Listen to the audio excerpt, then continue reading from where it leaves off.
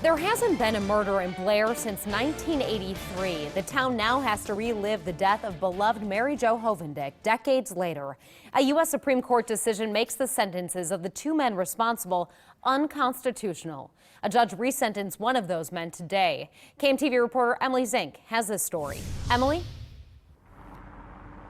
Well, Jenny, Dale Nolan, now 50 years old, got up in front of a judge today and said he was sorry for what he did, and he deeply regretted what he did decades ago. Both Nolan's family and Hovendick's family filled the Washington County courtroom today as he learned his fate. 33 years ago today, a dive team pulled 21-year-old Mary Jo Hovendick's car from an ice-filled Missouri River. They located the car, but she was not in it. Hovendick's body was not found until 4 months later. 17-year-old Dale Nolan and 16-year-old Brian Smith confessed to hiding in the basement of a Blair donut shop where Mary Jo Hovendick was the manager.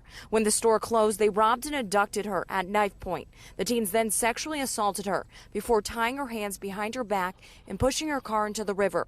Hovendick drowned. 17-year-old Dale Nolan pleaded guilty to the murder and was sentenced to spend the rest of his life in prison. Nolan has been serving his life sentence since 1983. But in 2012, under Miller v. Alabama, the Supreme Court ruled that mandatory sentences of life without the possibility of parole are unconstitutional for juveniles convicted of murder. Recently, Nolan's life sentence was vacated, and he was resentenced Friday. Nolan's attorney argued that he is a reformed man and a model citizen behind bars. The state argued that the crime was heinous and premeditated. Nolan knew what he was doing at 17 years old. Just kind of an emotional thing. I just don't really feel like commenting right now.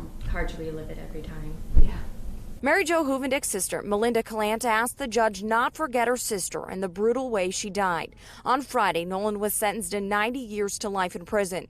He will get credit for time served, meaning he will be eligible for parole in 12 years. Brian Smith, now 49, the other man convicted of the murder of Mary Jo Hovendick, will be resentenced next month. His life sentence for burglary and kidnapping was recently vacated also by a judge. Live in Blair, Emily Zink, KMTV Action 3 News.